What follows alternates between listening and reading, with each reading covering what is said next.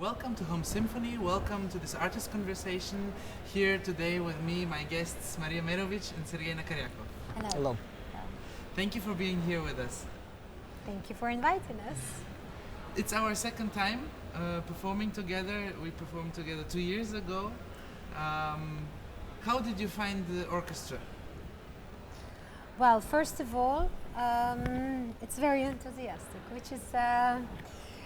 which you feel immediately, and the young orchestras, they are much different from the orchestras that are really settled, and it's joyful actually. They react on everything, and we understand each other, so that's the most important thing.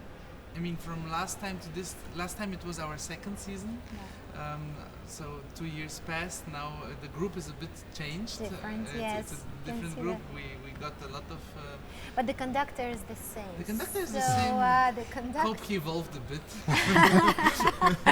The conductor is still nice, so somehow the group follows. That's important. You guys met 11 years ago, I know, or am I wrong?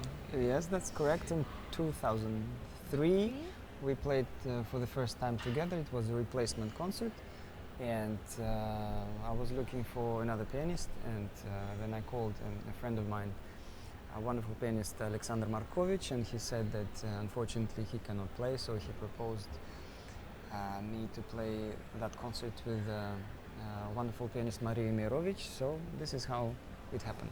Everything And happened. still, I don't understand How it everything works. went. No. Yes. But so you have regularly concerts. You play regularly in duo. How many concerts per year you spend together? How much time together you spend per year? You know, I don't like him so much. You know, that's. I don't know how we manage. I don't know. It's. It depends. It depends. Sometimes there are concerts that you know in a row, and we have tours. And sometimes it's just one happening in a month or in 2 months. It depends on. From the piano playing part, is there a difference playing with a string player or playing with a wind instrument, or what? How do you have to adjust, or is it just depending on if it's a good musician or not? It's a question that I've been actually asked before many times. For me personally, there is no difference. There is no difference because I find it's not important what instrument you play. Either you're a singer, we try to sing anyway, you know? A singer or a trumpet player or a clarinet or violinist. For me, as long as you are a musician, then and we breathe the same way, so it doesn't really. The most important, also in the orchestra, I think. It's always important for the other because we have so many different instruments. Absolutely. Everyone has to adjust to the other. Absolutely. So they have to know if they have the whole brass section, the strings can't play right away. They have to Absolutely. breathe like a brass section. Yes. You have to breathe together, and like this you have the same timing, Exactly. which is very important and probably the most important, I think, in life. The right timing. The right timing and everything. timing Yeah, and it's very everything. wise words. Sometimes timing is the most precious. Yes, precious, and also when to say what and how. Yes. And how many seconds to wait. You can only feel this. You don't. It's hard to explain that. It's It's not impossible. to explain. Just, but you know it as well. I'm sure that we are talking about the same thing.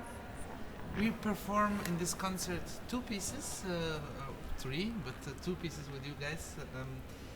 One is Shostakovich Piano Concerto No. 1 for trumpet, piano, and orchestra, and the other is Haydn Cello Concerto, C major for Flugelhorn. How does this happen? Well, first of all, we'll see how it will happen.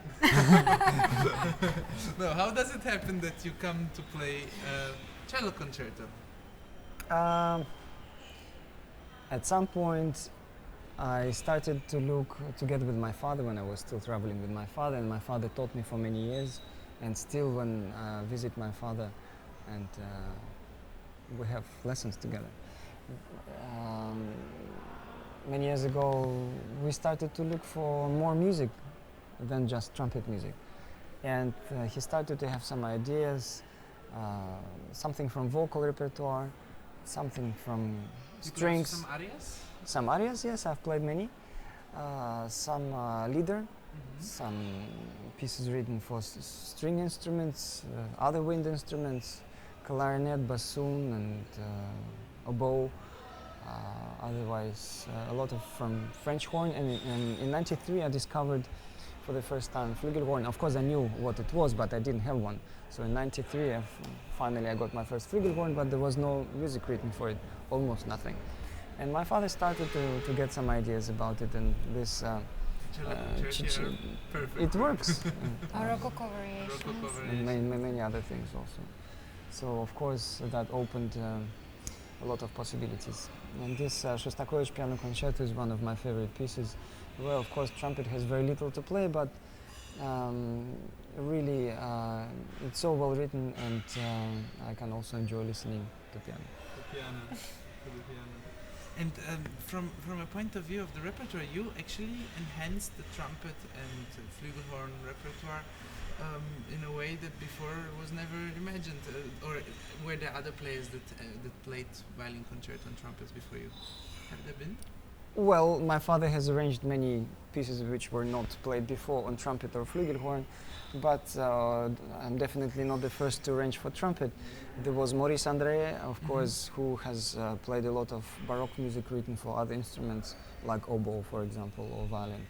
And of course, there was the legendary Timofey Dokshitzer, the trumpet player who inspired me from my very beginnings on trumpet, and who played many violin music and vocal music. And of course, all this was very inspiring to me, and I'm in a way continuing expanding the trumpet literature, of course a lot with the help of my father, who did really We're playing also his arrangement now? yes, this Haydn C major cello concerto, as well as many other things. And well, Shostakovich is one of our main things. For trumpet. For trumpet, yes. trumpet. From the Not core for of piano. repertoire. Yes. And for trumpet, well, pianists cannot complain about the lack of music, yes. No, that's true. Which are the next projects, or which concerto you would like to enter in the trumpet repertoire? There are some ideas. Some pieces have been recorded, but I haven't been able so far, for different reasons, to bring it on stage. Let's say there is also the Haydn D major cello concerto that I've already played a couple of times, but I would like to play it more often. And some other pieces also. It's yeah. There will be more to come. Yeah. Speaking of that, recording, you said some pieces were recorded. Are there pieces that work only on recording? When you record, there is this possibility to stop and rest if one is tired, not during a live performance, obviously. So that's the difference, but at the same time, emotionally, it's not the same feeling when you don't have the audience, and when you're just sitting alone in a recording room and with this red lamp. By the way, I always ask to Switch it not off. to use it because it makes me nervous. This No, and then now or never. I don't like that. I don't like this feeling. So it's not quite the same. So, but again, when I rehearse, sometimes we were talking before about perfect moments. Sometimes those perfect moments for the musician, they don't come, unfortunately, the day of the concert. They may happen maybe the day before, the day after. But still, I cherish those moments, even if they don't happen during concerts, because at least I did experience that. And it's important. It's just very alive. And it's never the same. It changes. Luckily. Yes. Luckily, it's never the same. Making music should be like this, no? course. Never the same. Yes. Well, that's at least my case. A very difficult case, but I don't know. I think it's some people can think more than feel, maybe, and that helps them to be able to repeat. Can think more than think feel. more. Yeah, I mean, they have their own planning, let's say, and like this they can play more concerts. And some of them say I'm not nervous anymore. It's because there are so many concerts and they have their just plan what to do exactly during this particular piece. It's not my case. It's very for me it's very difficult. I try to give myself every single time. Like when I play, yes, and you get very fast exhausted, but at least you are honest. Yes. You know that you've tried to give what you felt on this moment. I find also it's very difficult always when you take a piece that you already know very well and you play it 1,000 times. I try always when I take such a piece to somehow like put when you have new shoes. Yeah. Not to put it in old shoes because then it's already large. So also traditions. Very often we say this is a tradition, but what is exactly a tradition? How does it come to a tradition? And are we sure that are we still making a tradition, or maybe we are already in the point of the parody of the tradition? It's a very good I question. think every generation, or let's say every generation of musicians, I mean, it's normal because life changes. So we try to add something to what we had before. And we have the luggage, the knowledge, and plus we are searching for something new. That's a great thing. I we have think YouTube. Together. We have no, as you say, Yeah, we have exactly. such a huge opportunity of Absolutely. learning and still. How do you find of all this broad, exactly how we say we have the chance to really experience music on such a level that other musicians before us, other generations didn't have or couldn't have because just was not available. Yeah. How does one find still his own approach, a new way? I think it becomes more and more difficult because you see also, first of all, there are more musicians now than it was before. Yes. And by the way, more audience. Because we always say the audience is getting less and less, but actually audience is just spreading. Yeah. That's what I'm noticing. It's just a lot of more possibilities for people. You have, of course, museums. You have classical music concerts. You have a lot of possibilities. And just before there was one orchestra per city or two maximum, and nowadays touring everything. So, just by the way, there is more and more audience. Also thanks to the youth concerts of orchestras. But in a way, it's a different. We are living in different times. It will always be like this. It was like this, and it will always be like this. I've heard a very nice interview with David Stern, with the son of Isaac Stern, and it was about fantastic violinist Mr. Ivry Gitlis. And he actually said that at the time when Gitlis was young, there were others, like his father, let's say, and then it was Heifetz, and then it was, I don't know, Milstein, the Oyster, whoever. And then there were few concerts. But let's say you would come to the Carnegie Hall, and one day there will be, Heifetz, who would play Tchaikovsky Concerto. And the whole audience would believe this is the only Tchaikovsky concerto and it should have been played exactly this way because it was so convincing, so powerful. Then let's say a week later there will be Isaac Stern who comes and plays exactly the same Tchaikovsky concerto and the whole audience would say, wow! Even though it was different. It was totally different. So in a way we have many musicians and we hear more things, but I think there are also less personalities now.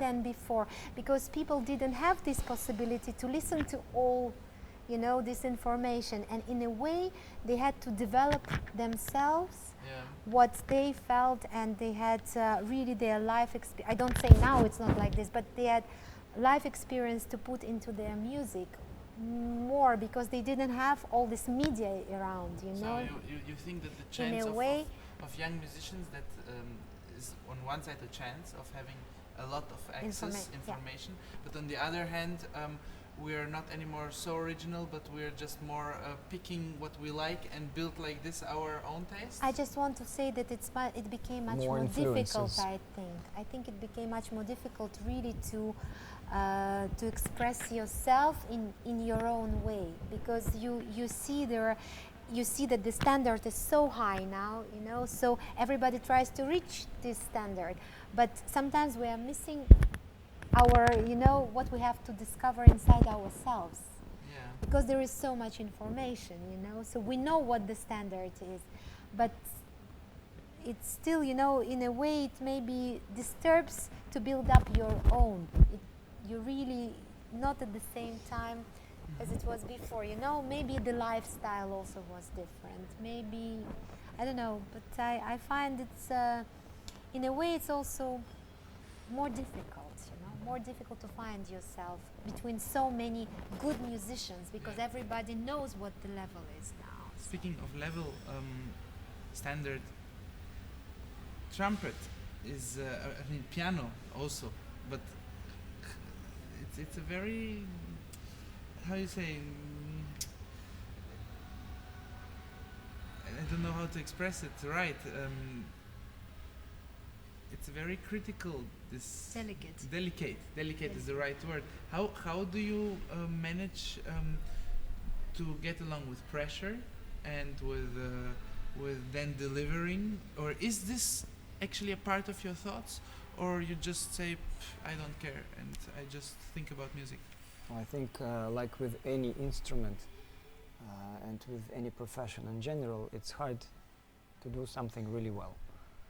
So, and like with any instrument, one has to be careful and very delicate, because pianists can over-practice, trumpet players can over-practice, singers can get really heavy problems with the voice and so on and so forth, and string players. So one just has to know what's good and what's not, and really to respect your instrument, whether it's fingers or lips or the vocal cords, and one has to be professional about it. To listen to your own body somehow. Yes, exactly.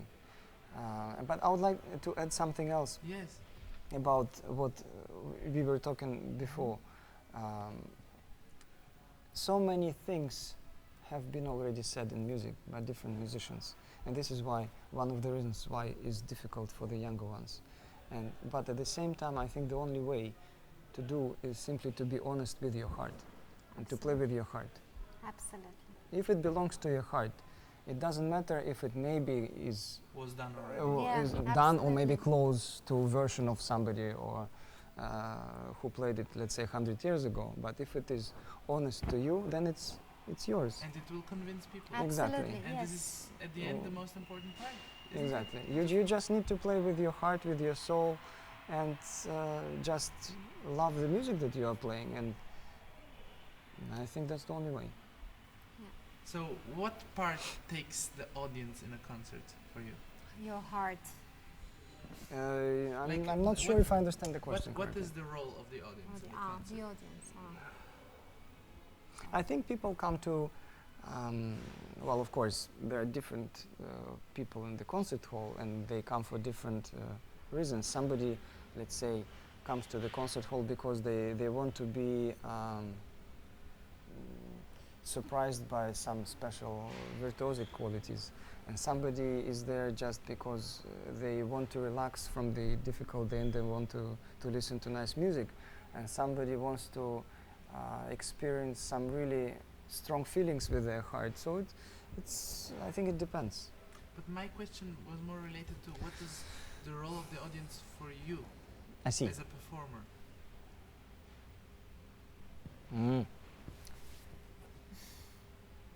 Myself, I'm an introvert. If I don't know if this exists in English, if I'm pronouncing Introvert, extrovert.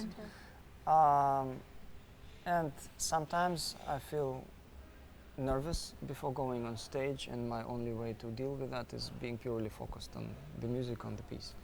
So it depends on the day. Every day is different. Sometimes I'm just so focused on what I'm doing, and then the audience is there, and it's fine that they're there. They can listen. they can be, yes, but let's say sometimes I have this feeling that I'm going on stage like this rather than like that. Yes. In general, that's my personality. But I know many colleagues of mine and also playing different instruments who really get energy from being on stage. In my case, if I feel totally exhausted, but even like this, you can give all of you, all of yourself, and this is, for me, probably a perfect feeling after concert. When even though maybe I can be nervous, or maybe feel, I don't know, stressed, or but still, even if I'm like that, but still, if I give my heart to the people in my way, the way I can, then I think it's proper way to do. But again, the personalities are different. Do they somehow? Does the audience bring you to the point to play better, knowing that depends there's on audience? the day, you Or know. is it Depends on the day. Depends on the day. On the day, So yeah. there are days where you say, "Oh, better just recording day." Today is Or more. better not to play or today. today better No, not it's to not. play. It's not the day. Wow, No, better not to play. It's not like, oh, maybe it's better not to play. I'm not going to play. Of course, one has to play. Yeah, okay, but But that's you know what I also feel is a big problem nowadays is that our plannings go so far ahead that we have to decide today what we will perform in 2 or maybe 3 years even in ahead. Yes, right. For an artist, I find this is a very big challenge because Absolutely. what will you feel like In 3 playing years. in February 2016, Maria? Do you have already the idea? I mean, What seriously. will we have for lunch? Yeah. Yes, also. But this is part of our daily life. That's true. Agents plan this ahead, and festivals plan this. How does it happen that you say, "Oh, I really don't feel like playing this concerto," and you call the promoter and say, "What about the changing?" Or is it absolutely not happening? Well, let's say if we have a recital program, Recital, then maybe we yes. might change a couple of pieces. Yeah, we decide. But usually, what we propose is Stay to what? is even more interesting, because for us it's for that day more convincing. Oh, Yeah. that's what I'm talking about. Yeah. If you have inspiration about the piece, Yeah. But of course, if there is a fixed concerto, well, it's a you responsibility. You have to go Yeah. through. Yes. Yes. And not necessarily adding to what Sergei said, you can also be on stage like this and the audience thinks that you are perfectly in shape and everything, but inside everything, you know, could be so tight and you can be so nervous and maybe even not focused and not concentrated, you know, but outside not always says what's inside of you happening. You know, some manage to. Some manage, hide. but I mean, yeah, it's very nice if it's possible, but that's what I say, so it means that they manage to hide. It doesn't mean that what's in that moment inside of you, it's exactly what you see outside. Yeah, So- yeah. But that's also a part of our profession, because in a way we come on stage and we are performers. So I find it's a part of a difficult part, but it's a part of our Well, the profession. audience, they don't care if They you're don't at the end care. of your tour, No. Yes. and They don't that's care if you're tired or you didn't sleep enough, Voila. exactly. So Yeah. It's of course. People want to listen and hear and your have best. pleasure. Yes, of exactly. course, yeah. Of course. By this concert, it's not only live concert in the hall, but also live concert in the internet. For you playing for, I think we have around 10,000 watches per concert, more or less. So does it make you more nervous, or it doesn't change anything? Does it? Do you think about the fact that there is a recording, like your sound, everything has to pass through these microphones, that you don't have the second chance with normally in recording one. Recording lives out of it, and live concert is no problem because it's a live concert in the hall. So actually somehow this live broadcast concert is maybe more demanding, or doesn't it? Happens what happens. Let's say like this. Well, That's why it's a live concert. it's a live you know, it's a concert, live and concert. we are going to deliver our best At that moment. precise moment, and then, well, the audience will happen to be there. Exactly. What would you wish our audience online? We hope they will enjoy it. Exactly. We just can exactly. hope that somehow they will enjoy it and they won't just listen for nothing. You know? And what would you wish yourself? This concert or generally? Generally. Like, I don't know. I guess that everybody around you are healthy. That's the most important thing. Everybody around you, yes. loved ones for sure, but I would wish for everybody the same thing. But with the age, you understand it more and more, how is important that people are healthy. Happiness comes sometimes not just from what you experience in life, but also when you are healthy, it's much easier to taste it, the happiness. So in this case, we shall wish a happy Mother's Day. Absolutely. Healthy mothers, healthy audience, and we wish you to enjoy our concert and see you soon back on Home Yeah. Symphony. Thank you for being very here. Thank you very much. much. Thank you. Thank you.